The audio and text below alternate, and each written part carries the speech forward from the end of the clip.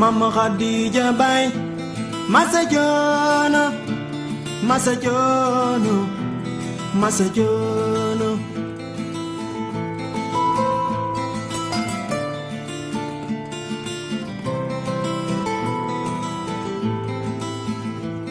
Mama Khadija Bay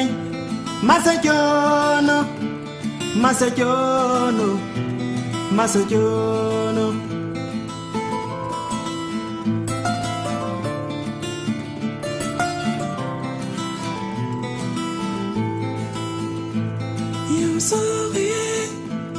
naaj bu tàng bi yaa ngi yëngu sa njaay di yaakaar sa borom yow soo xëyee naaj bu tàng bi yaa ngi yëngu sa njaay jubal sa palaas ba yow soo xëyee naaj bu tàng bi yaa ngi wulloo yónnee ma tijjiite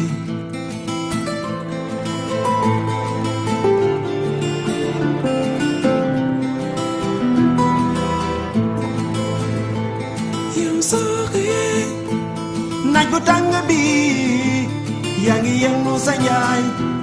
di yaakaar sa borom yow soo xëyee naaj bu tàng bi yaa ngi yëngu sa njaay jubal sa palaas ba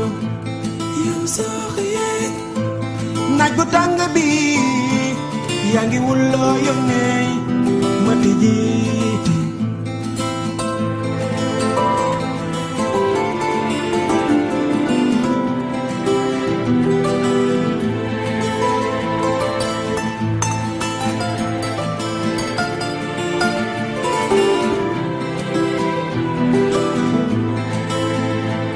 mam li wóoroon na si man soo ñëwee ma ne baas ma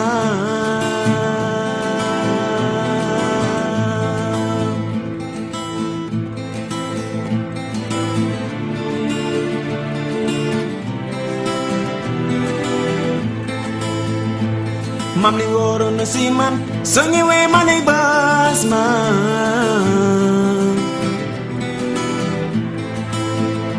bilay masa joono si yëgg nga yaa sa njabootoy yow daal masa joono si yëgg nga yaa sa njabootoy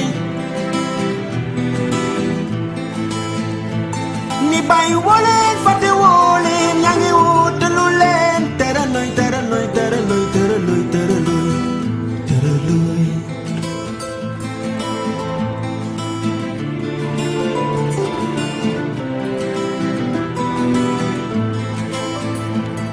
bay woleen fate woleen yaa ngi wutalu leen sagaloy sagaloy sagaloy sagaloy sagaloy sagaloy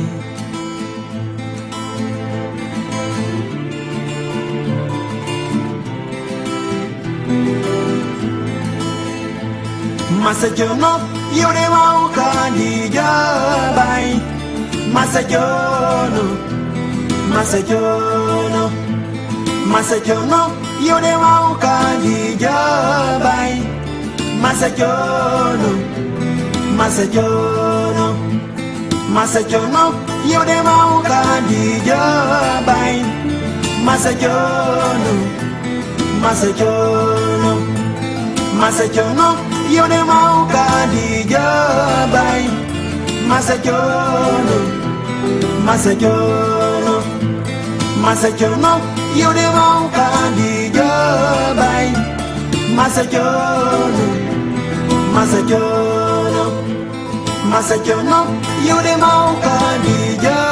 Bay Masajono Masajono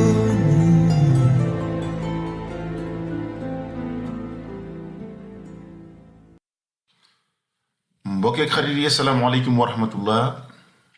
ñu ngi leen di nuyu fi ñu leen daan nuyoo alxames ju jot ci waxtu yi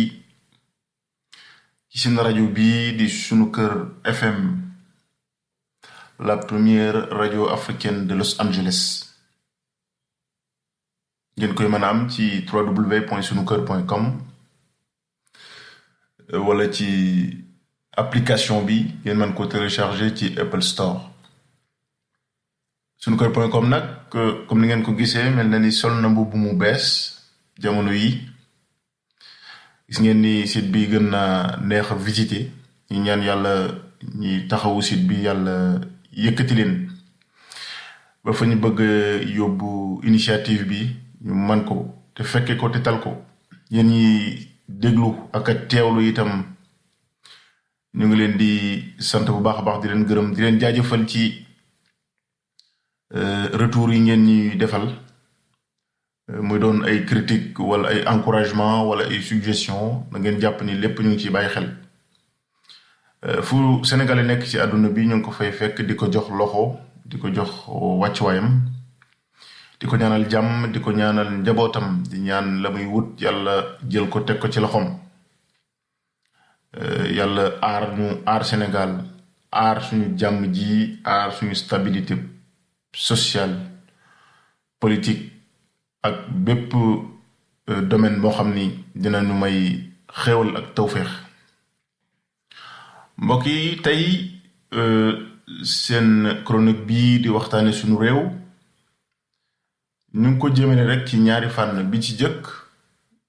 mu ngi concerné li ñuy wax l'article 80 du code pénal sénégalais ba ca topp di ay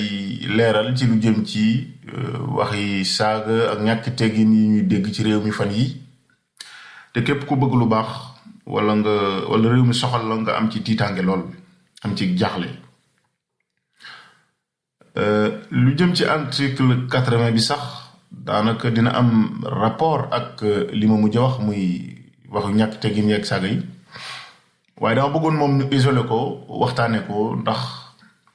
man jàpp naa ni dafa bokk ci disposition yi nga xam ni mu ngi ci suñ code pénal te mu bokk ci yi nga xam ni moo gën a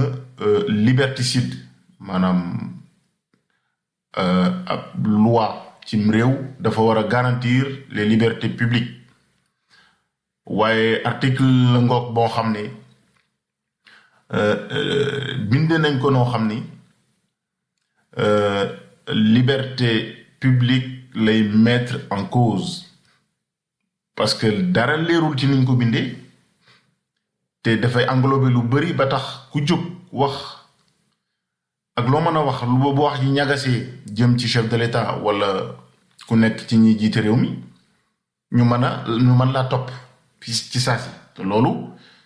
ça pose problème parce que évidemment am réew waruñoo nangu ay citoyen wala ay nit ñu fa dëkk rek ñu jóg di ñàkkal fayda wala ñuy saaga wala ñuy wax lu ñu wërta wax ñi nga xam ne ñoom lañuy dénk doxalinu réew mi loolu kenn du ko rafetlu dañ koy ñaawlu ku ko mën a def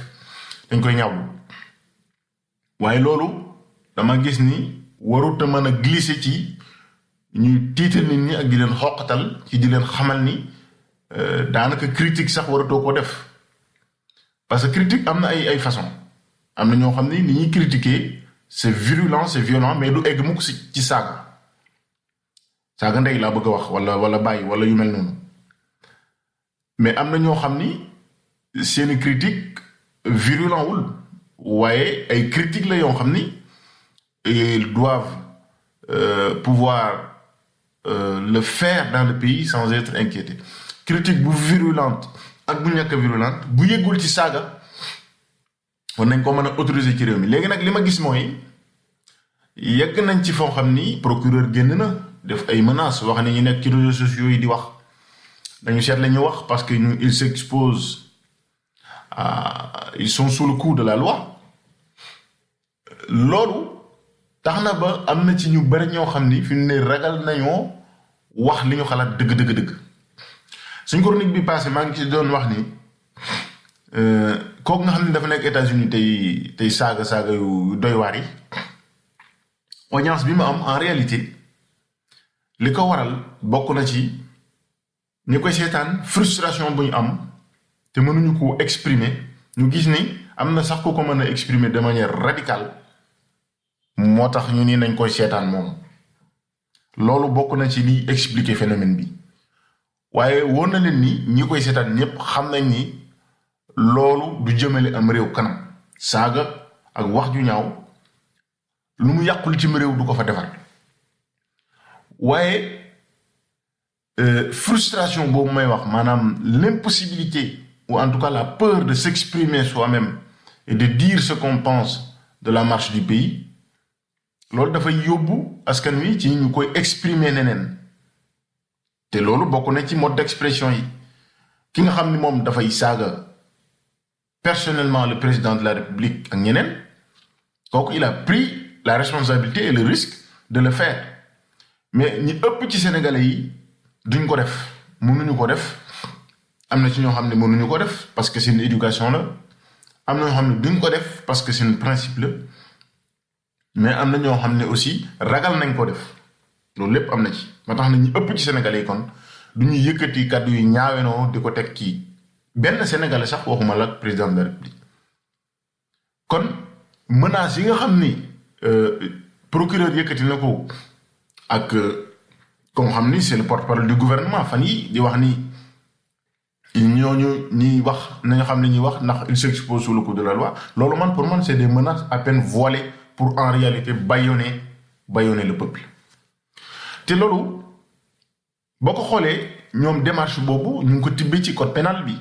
ñu ñuy wax article 80 parce que article 80 boobu mais fàttali ni à chaque fois bu ñu ko waxee dafay mel ni président de la République rek lañ ci jublu parce que man musuma dégg ñu ni diw dañ koy topp il est tombé sous le coup de l'article 80 parce que dafa wax lu mu war a wax président Assemblée nationale wala dafa wax lu mu war a wax président au conseil des collectivités territoriales wala dafa wax lu mu war a wax beneen institution wala beneen président d'institution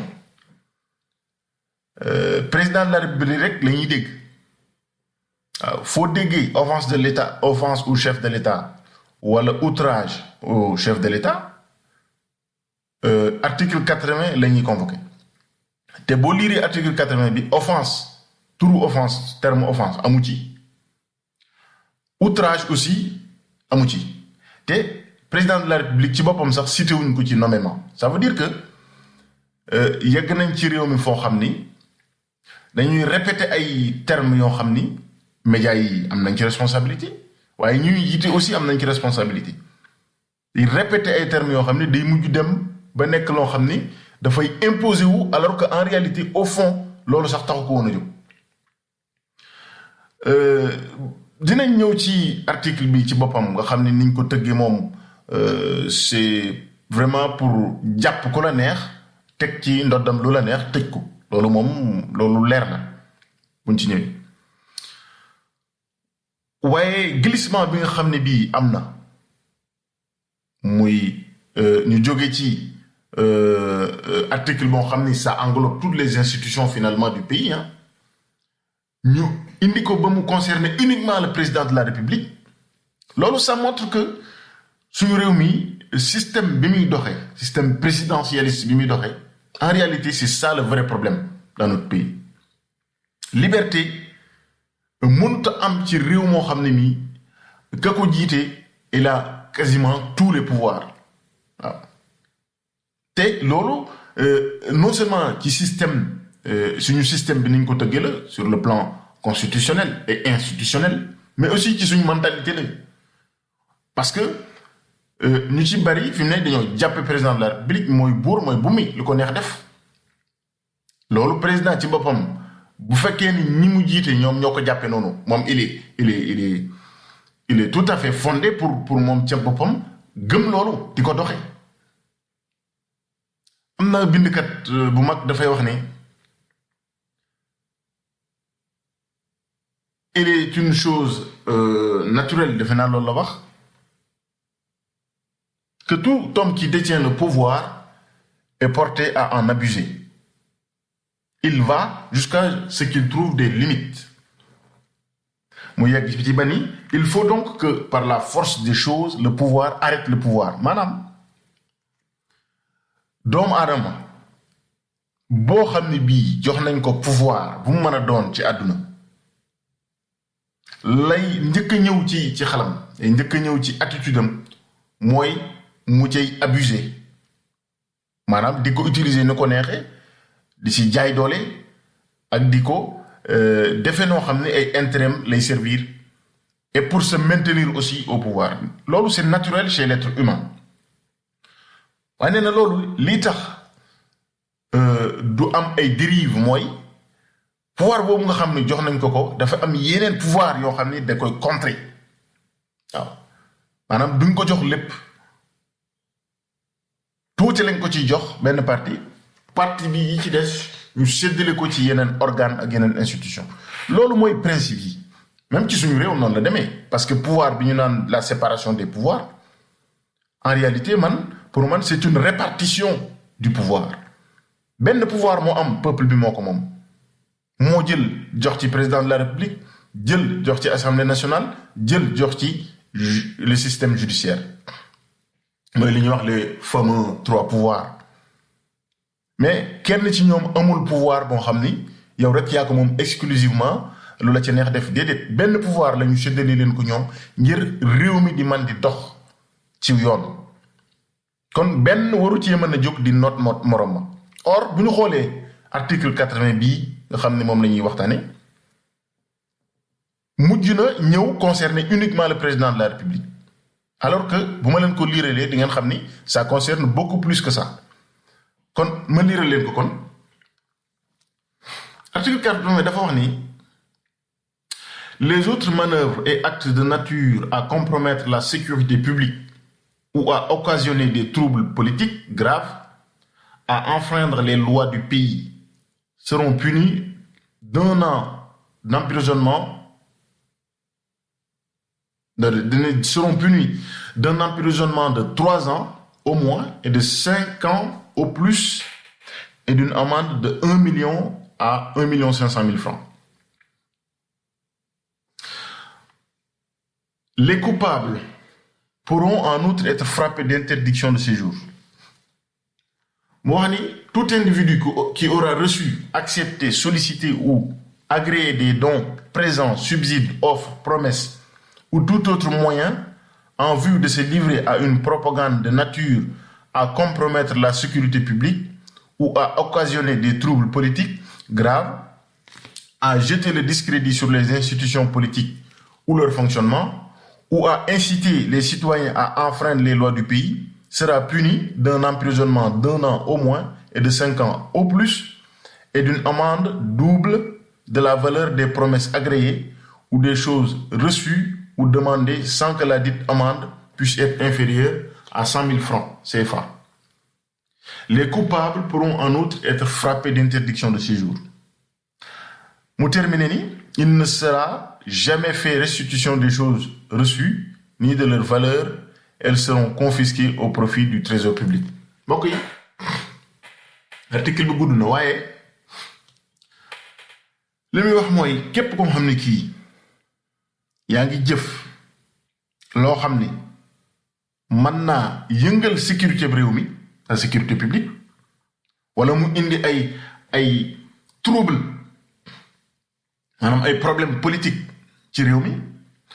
wala ngay woo nit ñi ci ñuy jalgati sarti réew mi kooku dig nañ ko daan boo xam ni mën naa jóge at ba juróomi at ci kaso ak 1 million ba 1 500 000 ci xaalis bu mu war a fay waaye loolu garaaw na waaye li ci gën a garaaw mooy dañu déjà teg ni képp koo xam ni kii jox nañ la xaalis wala ngay bëgg dara wala ñu dig la dara nga jóg di propagande ngir remettre en cause la sécurité publique maanaam ngay créer ay trouble li ñuy wax trouble à l'ordre public grave mu teg ci ni képp koo xam ne itam jóg di def loo xam ne lii day ŋàññi institution yi nga xam ni moo nekk ci réew mi ŋàññi waaw képp kuy ŋàññi institution yi nga xam ni ñoo nekk ci réew mi kooku yi tamit mën nañ koo tëj 1 at ba juróomi at moom itam alamaan ko lu toll ni lee ñu waxoon sànq fii nag la problème bi nekk mbokk yi dañu ni toute tout individu qui aura reçu, accepté, sollicité ou agréé des dons, etc., en vue de se livrer à une propagande de nature à compromettre la sécurité publique ou à occasionner des troubles politiques graves, à jeter le discrédit sur les institutions politiques ou leur fonctionnement. Fii nag la wax ji nekk, jeter le discrédit sur les institutions politiques ou leur fonctionnement. Maanaam Sénégalais bu jóg ŋàññi ab institution, maanaam nga ni Assemblée nationale nangam wala nga ni président de la République nangam, normalement yoon daf laa war a woo te buñ la jugé ba topp la mën nañ laa tëj at ba juróomi at. Mbokk yi wax jëpp a ngi ana ŋàññi kon mooy lan, maanaam ŋàññi mooy lan, loolu la article bi leeralul. Dani ku ŋàññi ab institution ci réew mi mën nañu laa tëj at ba juróomi at. Mais ŋàññi mooy lan? Ŋàññi est-ce que mooy critiquer virulent de façon virulente? Est-ce que mooy saaga? Est-ce que mooy déedéet loolu waxuñu ko. D'ailleurs on n'a pas utilisé ici le terme insulte. Discrédit lañu wax. Discrédité man peut-être am na ñeneen ñu ko mën a firé neneen ci wolof wala yeneen langue, mais man ŋàññi laa ko tuddee waaw. te ŋàññi pour man wërta mën a yegg ci ñu lay tëj at ba juróomi at, ndax ŋàññi ci boppam boo xoolee ba xool mën naa nekk critique, mën naa nekk une critique positive, une critique négative, parce que critique moom kii koy critiquer la engagé. Donc mënoo ko ni da ngay critiquer nii ba nee,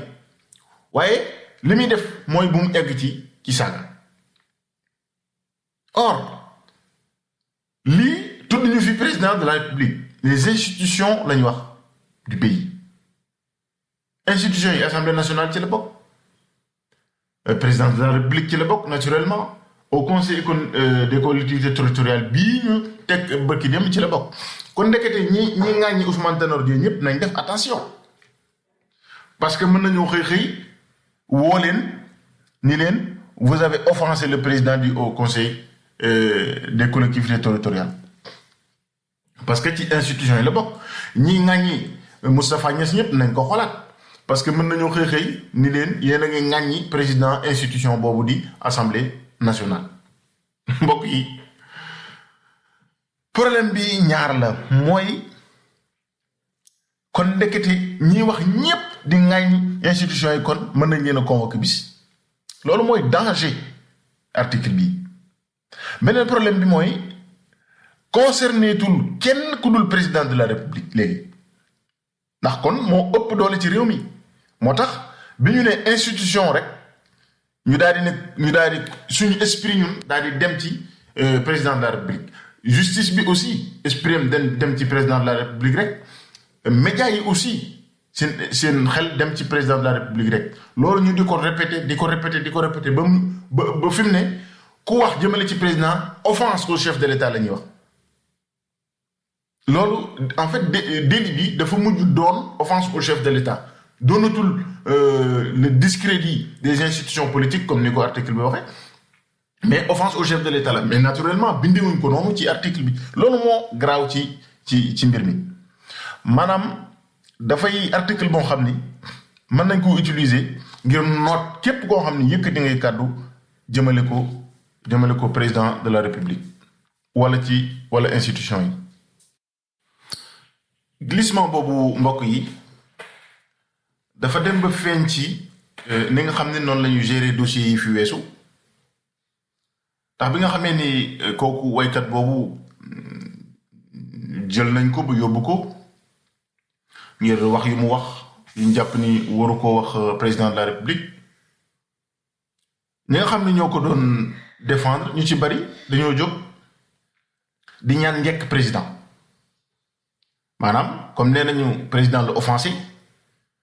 ñu ci bari jóg di ko ñaan njëkk, ñi def conférence de presse naan na ko baal ndax li mu def jarul tëj, jigéen la wax ba yeggal. Ku ñuy wax am na keneen koo xam ne ci caricature lañ ko tëjee woon, kooku tamit bi loolu amee caricature du président je veux dire, loolu bi loolu amee ñu bari jóg nañu di ñaan njëkk président naan ko jigéen la baal ko dootu ko def nangam. Mais loolu mbokk yi on ne s'en rend pas compte, mais c'est extrêmement grave. Le fait que justice jóg di sévir ñu woo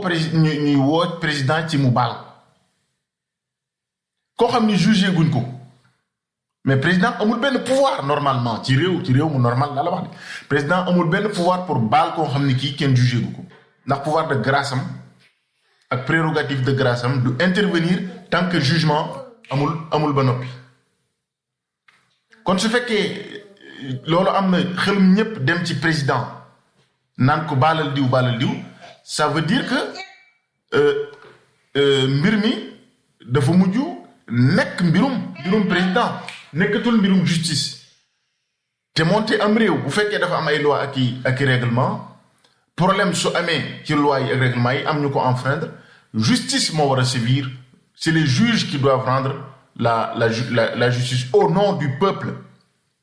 maanaam comme article 80 dafa prévoir ay sanctions ci lu demee noonu c'est la justice qui doit sévir et non le président de la République. li ma bëgg a wax mooy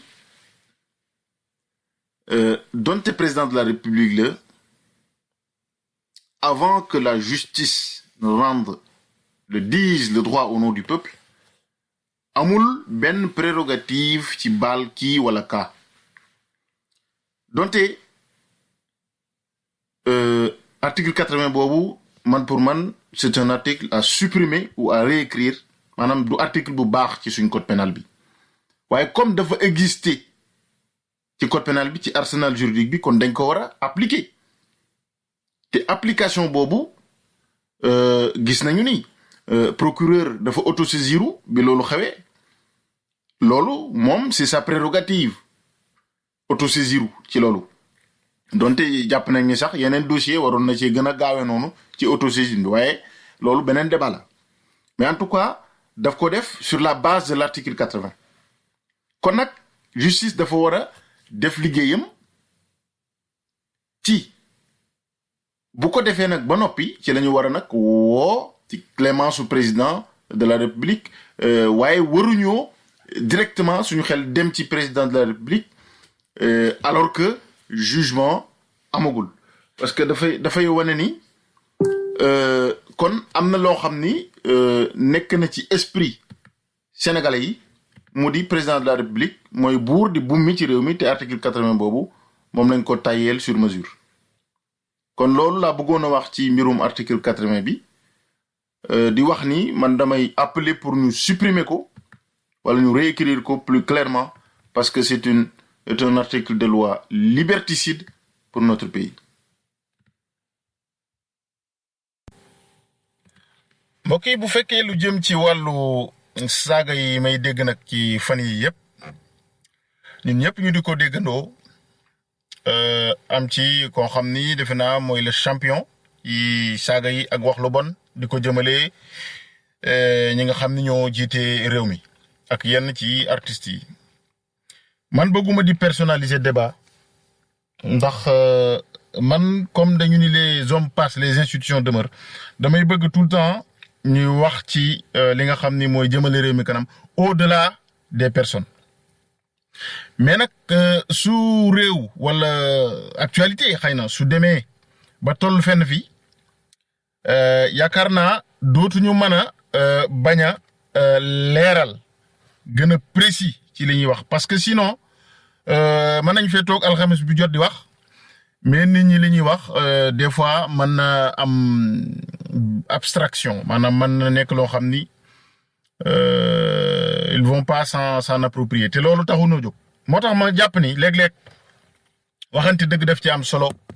de manière précise waxante dëgg sax man jàpp naa ni moom man en ce qui me concerne man loolu lay dox waaw ci lu ma jàpp ni lii dëgg la te mën naa jëmale réew mi kanam man loolu ci lay dox ci lay wax waaye léeg-léeg day war a gën a leer moo tax deuxième partie bii maanaam deuxième point bi concerné loo xam ni ay nit ñoo koy def ci réew mi ñi nga xam ne dinaa tudd seen tur mooy ñi nga xam ni dañoo jiite nekk aux affaires te ñooñu c'est des hommes publics waaw ñooñu moomatuñu seen bopp ku xase yor Sénégal wala nga yor ci ab laaj moo xam ni c'est public moomatoo sa bopp mën nañoo wax ci yow avec évidemment en mettant évidemment les formes qu'il faut. waaye bala maa ñëw ci loolu ki nga xam ne moo nekk États-Unis tey saaga yu ñaaw yi man déjà pour commencer dama koy ñaawlu ba fu ñaawlu yam ndax mënoo ni réew mi dafa am ay jafe-jafe réew mi dafa ñàkk ay valeur réew mi dafa ñàkk ay homme de valeur yu jiite ba pare wëlbatiku contre valeur yooyu nga koy promouvoir quel qu'en soit le canal maanaam quel que soit le canal que tu utilises di promouvoir yooyu contre valeur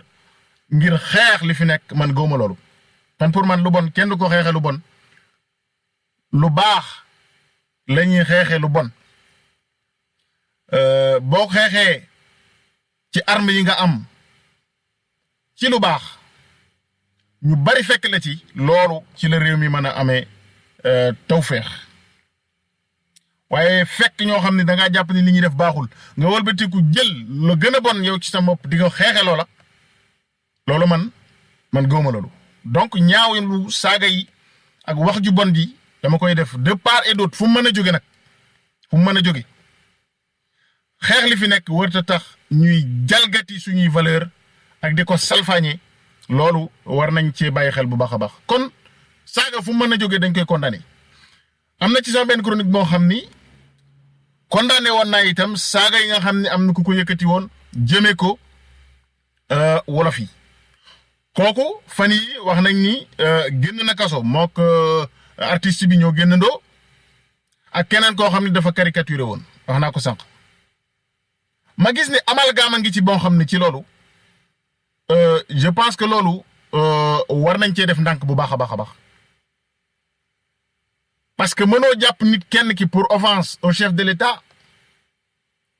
ñaar ñi sax offense au chef de l'État la parce que kenn ki dafa def caricature ki ci des dafa nee nañ dafa wax lu mu war a wax président ñaar ñooñu jàpp leen offense au chef de l'État ki nga xam ne nag dafa offensé toute une communauté maanaam nga xam ne aw xeetu lëmm la jóg saaga leen ba pare ne maa ko wax may doomi diw ak diw maa ko wax def ko publiquement mais kooku je pense que traitement bi nga xam ne moom lañ ko waroon a traité wër sa bokk ak ñi nga xam ni li leen jàppee sax déjà c'était pas public parce que ñoom ci ay groupe WhatsApp lañ wax ni ci lañ defee li nga xam ni loolu lañ leen di toppee mais groupe WhatsApp yooyu c'est des groupes privés kon nag mënoo ki nga xam ni da nga ko fekk dans un domaine privé donte li muy wax sax nee nga waru ko wax wala li muy def waru ko def mais tu l'as trouvé dans un domaine privé wala ay nit ñoo ko fa génne ñooñu nga jël leen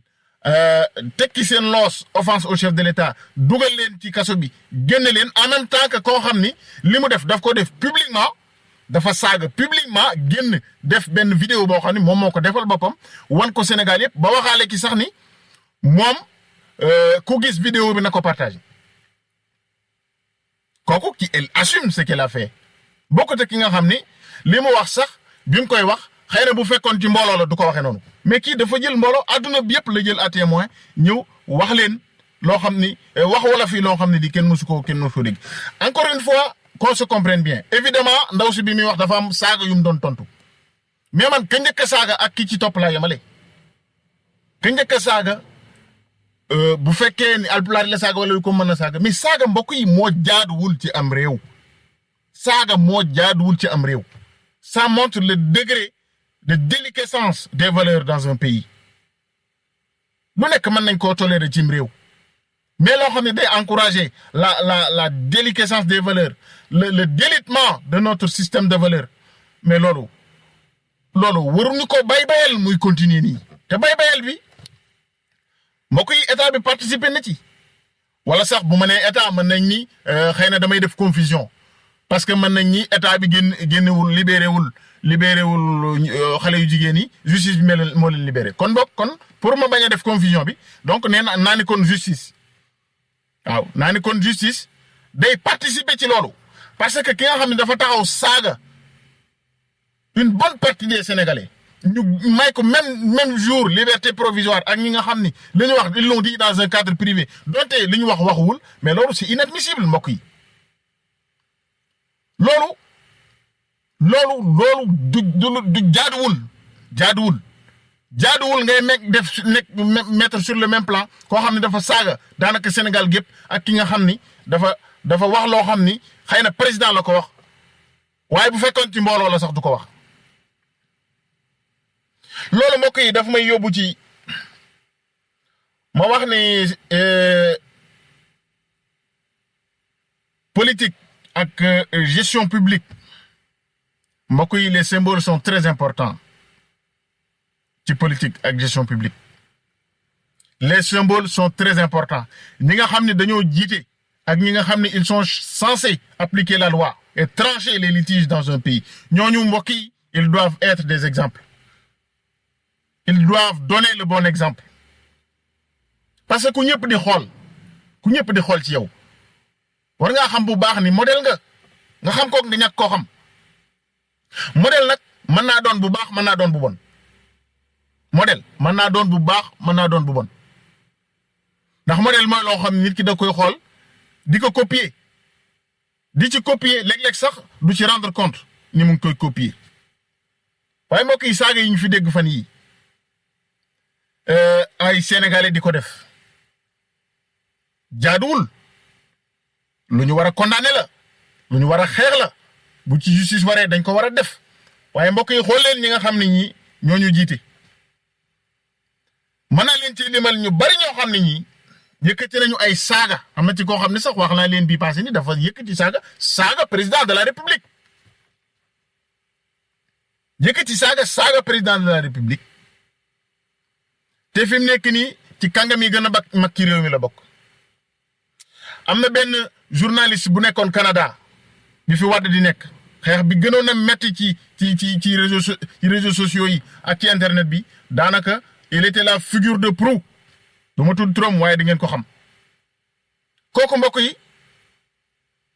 nekk na fi ministre léegi moo yor daanaka moo yor PUDC bi avec des milliards il est au cœur de l'appareil d'État alors que lu mu fi saagawul Ablaye Wade amul lu mu ko fi waxul amul manque ko respect saaga kilifa diine yu nekk ci réew mi donc ñoo koo xam ne kii aujourd'hui mooy xalif général ci benn tarixa ci réew mi wax na ko loo xam ni man maa toog di ko dégg kenn nettaliwuma ko mu waxal ko lu bon loo xam ni accuser ko loo xam ni dural ko loo xam ni loolu waxuma la kilifa diine waaye ab samba boy sax ngeen baal ma kàddu gi kenn waru ko wax loolu mu wax ko teewul tey jii il est au cœur de l'appareil d'État bu ñu jógee ci loolu ki nga xam ni mooy nekk ministre de la communication élection yi fi jàll defe naa élection au conseil yi la woon mais wane nañ fi wala déglu nañ fi ay audio yoo xam ni mu ngi ciy dagg saaga yoo xam ni ay saaga yu ñor xom yoo xam ni yi nga ma dégg fan yi ci Facebook bi am ku koy def gënut a ñor saaga yi ministre bi saaga te booba il était ministre de la République il est encore ministre de la République et un des plus proches collaborateurs du président de la République aujourd'hui mu saaga yu ñor xom wax ju bon joo xam ni ku ko dégg rek taf say nopp soo dee nit ku baax ak am na ci koo xam ni du ministre waaye c'est un des hommes de réseau et d'influence au niveau du palais député la kooku saaga na fi préfet ak i policier séquestré fi ab directeur général te moom bokk na ci ñi nga xam ne daanaka bu ne nañ nommé diw directeur wala nañ ko nommé ministre ñu nommé ko maanaam am na influence boobu ci réew mi am na taxawaay boobu ci réew mi mbokk yi dama leen di jox yooyu exemple rek ak yeneen yoo xam ni bu ma ko doon lim duñu fi jóg tey ci wane maanaam degré de déliquescence des valeurs bi am au niveau même au haut sommet de l'État mbokk yi loolu symbole la yoo xam ni réew mi nga xam ni da nga ko jiite population bi ñuy xool ci yow donte am nañu yeneen référence mais représentant du peuple nga am na loo xam ni warut a génn ci sa gémmiñ waxuma la nga koy jëf nag mais am na loo xam warut a génn ci sa gémmiñ ci ñaawteef jëm ci benn sénégalais wala jëm ci sa menn moroomu menn natango bu fekkee loolu lépp nag am na ñu gis ay citoyen lambda di saaga moom ku ko mën a def nam bone woon rek lay bone waaye su fekkee ay kilifa ci réew mi ñoo koy def du justifier li citoyen bi def mais mën nañ koo expliquer maanaam dina joxe explication expliquer nag bokkut ak justifier man saaga duma ko justifier mais lii ma leen jox ci ay éléments c'est une des explications ci maanaam ambiance bi nga xam ni installé wu na ci réew mi te muy ambiance su ñàkk kersa ambiance su ñàkk teggin ambiance su wax ju ñaaw waxante ju ñaaw ak séq kaddu yoo xam ni xale moo ko daan wax ñu di ko femm waaye ay mag kim réew daaw ñu ko waxante ci seen biir mbokk yi dama bëgg a wax rek ni réew mi nañu xoolaat suñu bopp nañu xoolaat suñu waxin nañu xoolaat suñu jëfin ñu ngi fooye loo xam ni ñàkk xam valeur bi moo tax ñu koy fooye duma deñ di ko wax mën naa nuru bari wax waaye li nu am ci Sénégal ñàkk xam valeur bi stabilité bi ñu am ñàkk xam valeur bi moo tax ñu di ko fooye waaye njiit yu saaga ay citoyen di leen tontu waaye citoyen yu saaga ay njiit di leen tontu ay citoyen di saaga ay kilifa diine wala nit jóg saaga aw xeet wala aw askan wala askan wa jóg di ko tontu ci saaga ñuy saagante ci seen biir ak di waxante lu ñaaw ak di defante lu ñaaw ak di ko nettalente mbokk yi nañu delluwaat ci cosaan nag du y a 100 ans y a 200 ans y a 300 ans déedéet dëkk bi réew mi am na ci ñoo xam ne ñu ngi dund valeur yoo xam ni c'est aujourd'hui ñu ngi koy dund tey jii en 2017 ñu ngi koy dund kon bu ñu nee nañ dellu cosaan du caagee nag di dund la maam ya daan dund déedéet dañuy dellu ci valeur yoo xam ni mooy ñoom yi ñu incarné woon te aujourd'hui am ñoo xam ni fas nañ ko yéene continuer di incarner dans les valeurs damay faral di wax ni traverse les générations si les individus habitant un pays sont suffisamment conscients pour les porter et pour les transporter au fil des générations suñu responsabilité mbokk yi mooy valeur yi nga xam ni jot nañ ko ci suñuy parents ñu transmettre ko d'abord suñu njaboot ndax bay ci sa wewu tànk transmettre ko d'abord suñu entourage ñooñu transmettre ko ñeneen mu def tâche d'huile ci réew mi am réew boo assuré wul boobu responsabilité boo ko assumé wul cim réew yaakaar naa ne yow sa nekk ci réew ma sa bopp nga fa nekkal waaye nekkaloo fa réew ma nit ku nekk fa mu toll fa mu nekk le minimum qu'il puisse faire c'est de transmettre les bonnes valeurs qu'il a reçues à ses enfants d'abord et à son entourage ba pare di doxee wala muy waxee noo xam ni ku ko gis xam ni kii kat nit ku baax la servir d'exemple fu ñu mën a toll bu dee ci liggéeyukaay bi bu dee ci mbedd mi bu dee en privé lu mën a doon en privé sax léeg-léeg mën nga am ay liberté mais mbokk yi quand une parole est publique elle doit être pudique quand une parole est publique elle doit être pudique mbokk yi xarit yi ci kaddu yooyu lay jeexale di leen sant bu baax a baax di leen gërëm di jéglu bu baax a baax ci léeg-léeg kaddu gi bu yëkkatikoo daanaka passion bi rek moo koy waral lépp loo xam ne jub na ci ngeen xam ne ci yàlla la moom mi nga xam ni mooy borom asamaan ak suuf lu ci dëng ngeen xam ni sama doyadi la ndax doomu aadama matul waaye na ngeen xam ni fépp fu ngeen déggee sama kaddu rek lu jëmale Sénégal kanam moo tax mën nañ koo bañ a am na ñoo xam ne mën nañ koo bañ a gisee noonu ndax ku nekk ak ni nga jàppe ni noonu la Sénégal war a doxe waaye war nañu retrouver wu ci un socle commun boo xam ni mooy ay valeurs yoo xam ni wóor nañu ni yi valeur moom su ko Sénégal ñàkkee kon ngal la Sénégal waaw su ko Sénégal ñàkkee moom gisuma ko mbaaw yooyu valeur daanaka jëruñu ci sori léeg-léeg ki ñu jàpp ni moo ko gën a bafoué sax xam na ko waaw xam na ko ki ñu jàpp ni moo gën a bon na ma yàlla baal ci kaddu gi xam na ko xëy na dafa dem ba toll foo xam ne mënatu koo incarné waaye mbokk yi lu baax ak lu bon buñ la xasse yar jox la éducation de base yaakaar naa ni am nga ko kon ndeke kon fondement bi mooy éducation de base au niveau des familles et dans l'entourage immédiat ñu soog a génn ci mbedd mi soog a génn ci penc mi loolu nag xam naa dinaa ci ñëwaat parce que diggante nekk mbedd ak penc bu njëkk mag ñi buñ daan waxtaan wi da ngay xam ndax waxtaanu mbedd la wala waxtaanu néeg la wala waxtaanu penc la bi nga xamee ni nag amatul biir néeg amatul mbedd amatul ëtt amatul penc lépp nit ñi dañ koy waxandoo ni ko tànjang ci mbooloo mi booba la musiba tàmbale dikk te loolu réseaux sociaux yi am na ci rôle bu rëy bu muy joué kon mbokk yi nañ ci bàyyi xel delluwaat ci yar delluwaat ci teggin delluwaat ci bëgg suñu réew